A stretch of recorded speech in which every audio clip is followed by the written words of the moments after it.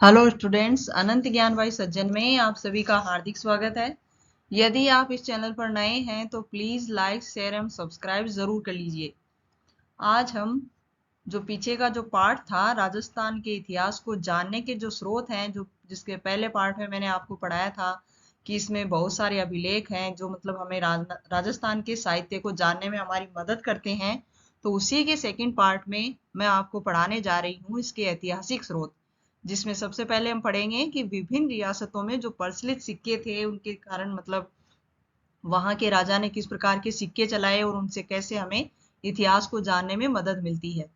पिछोला झील के उदयपुर के निकट सिसारमा गांव के वैद्यनाथ मंदिर में स्थित महाराणा संग्राम सिंह द्वितीय की यह प्रशस्ति 1719 ईस्वी की है। इसमें बापा के हरित ऋषि की कृपा से राज्य प्राप्ति का उल्लेख है तथा बापा से लेकर संग्राम सिंह द्वितीय तक जिसने यह मंदिर बनवाया था उसका भी संक्षिप्त परिचय है। यह जगन्नाथ प्रशस्ति है जो कि मतलब उसमें उदयपुर में जो मिली है उसी के बारे में यह लेख है। और बाकी आगे देखते हैं हम लोग विभिन्न रियासतों में प्रचलित सिक्के।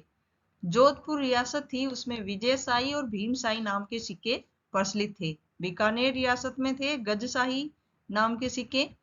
डूंगरपुर रियासत में उदयशाही और मेवाड़ रियासत में स्वरूप शाही और चांदोड़ी। अलवर रियासत में रावशाही नाम के सिक्के थे। जैसलमेर में अख्य शाही, कोटा में गुमान शाही, जयपुर में झाड़ शाही, झालावाड़ में मदन शाही। इसी प्रकार धौलपुर में तमंचा शाही, बूंदी में राम शाही, मेवाड़ में पद्म शाही और शाहपुरा रियासत में माधो शाही, सिरोही में डब्बू शाही और करौली में कटार झाड़ शाही और माणक शाही नाम के सिक्के प्रचलित थे। भिन्न भिन्न राजाओं ने अपने ही नाम से अलग अलग प्रकार से उन्होंने अपने सिक्के चलाए और इन सिक्कों के जरिए हमें राजस्थान के इतिहास को जानने में काफी कुछ सहायता मिलती है। अब ऐतिहासिक साहित्य वे हैं जो मतलब कवियों ने लिखित में ग्रंथ लिखे और उनके जरिए हम राजाओं की वंशावली, उनके किए गए कार्य, उनके द्वारा किए गए दान और उन्होंने जो भी मतलब अपने काल में जो साहित्यिक ऐतिहासिक विरासतें छोड़ी हैं उनके बारे में हमें वर्णन मिलता है। तो ऐतिहासिक साहित्य में पहला पॉइंट है पृथ्वीराज विजय का, जो कि एक साहित्य है। पृथ्वीराज चौहान तृतीय के आश्रित कवि पंडित जयानक ने 12वीं शताब्दी के अंतिम चरण में इस ग्रंथ की रचना की और इस ग्रंथ में अजमेर साम्राज्य विस्तार के साथ साथ पृथ्वीराज चौहान तृतीय की सन 1190 ईस्वी तक की विजयों का उल्लेख मिलता है। तराइन के युद्धों का भी वर्णन इसमें नहीं मिलता। जो कि तराइन के युद्ध हुए थे जो कि विश्व प्रसिद्ध हैं, जिसमें मतलब पहले युद्ध में पृथ्वीराज चौहान ने विजय हासिल की और द्वितीय युद्ध में जिसे धोखे से पृथ्वीराज चौहान को हरा दिया गया था उनका वर्णन इस ग्रंथ में नहीं है। इस ग्रंथ के रचयिता हैं जयानक, जिन्होंने 12वीं सदी के अंतिम चरण में इस ग्रंथ की रचना की थी। दूसरा ग्रंथ है हमीर महाकाव्य, इसके रचयिता हैं नयन चंद्र सूरी। इस महाकाव्य के अनुसार चौहान राजपूतों की उत्पत्ति सूर्य से हुई है, अतः इन्हें सूर्यवंशी कहा जाता है।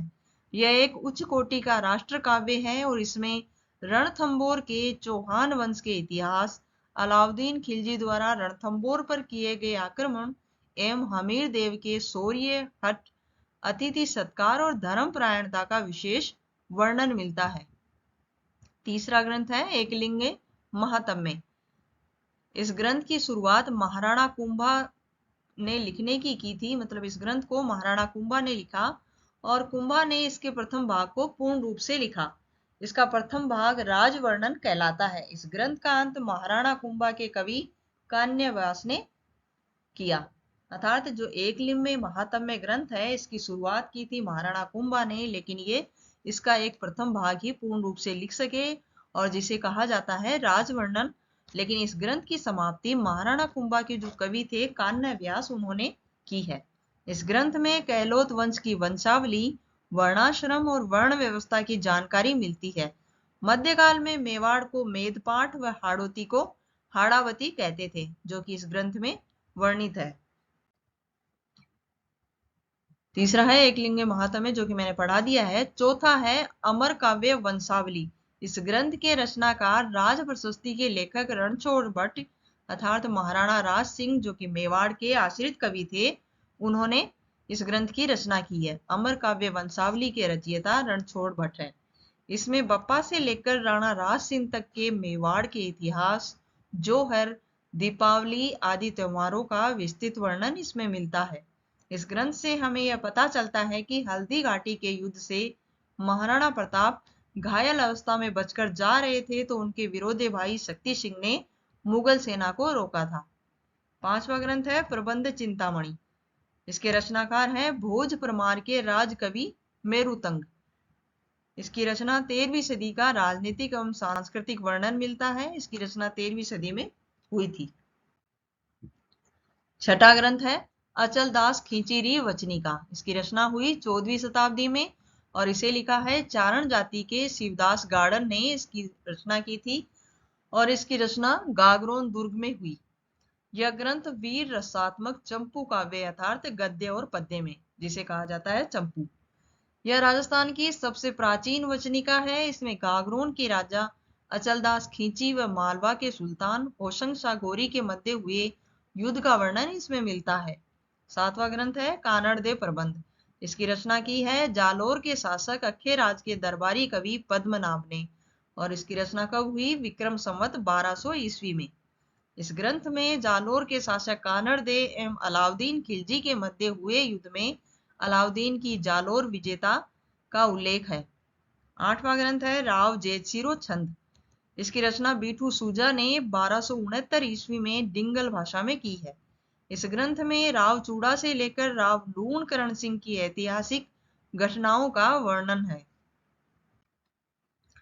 नवा है वेली किशन रुक्मणीरी वचनिका। इसकी रचना सम्राट अकबर के नवरत्नों में से एक पृथ्वीराज राठौड़ ने गागरोन दुर्ग में की थी। पृथ्वीराज राठौड़ बीकानेर के शासक कल्याणमल के पुत्र एवं राय सिंह के भाई थे। इस ग्रंथ में श्री कृष्ण एवं रुक्मणी के विवाह की कथा का वर्णन मिलता है।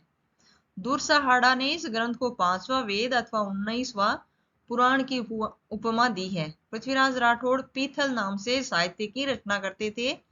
टेसीटोरी ने इनको डिंगल का हेरोस कहा है। डिंगल का हेरोस किसने कहा है?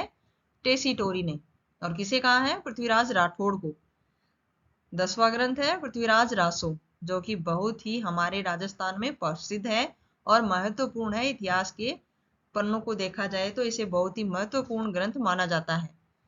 पृथ्वीराज चौहान तृतीय के मित्र एवं दरबारी कवि चंद्रवरदाई ने पिंगल भाषा अर्थात ब्रज भाषा में इसकी रचना की है। इस ग्रंथ में 1 लाख छंद एवं 69 अध्याय हैं।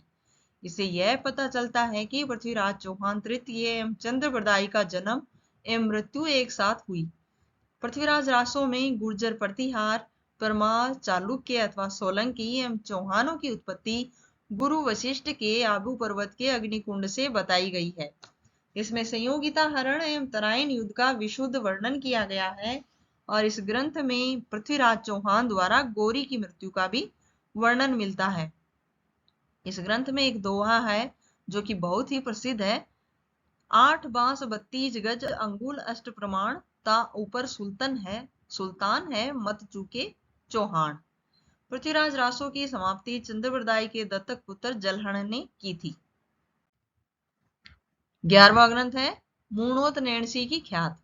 इसके रचनाकार जो है वो है मूणोत नैणसी। इनका जन्म 1610 ईस्वी में ओसवाल परिवार में हुआ था। मुंशी देवी प्रसाद ने इनको राजपुताने का अबुल फजल कहा है। मूणोत नैणसी को राजपुताने का अबुल फजल कहा जाता है। मूणोत नैणसीरी ख्यात सबसे प्राचीन एवं विश्वसनीय ख्यात मानी जाती है। यह मारवाड़ी एवं डिंगल भाषा में लिखी गई है।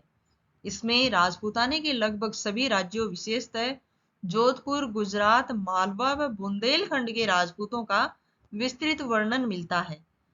इसमें मूणोत नैणसी की ख्यात को जोधपुर राज्य का गजेटियर ग्रंथ कहा जाता है।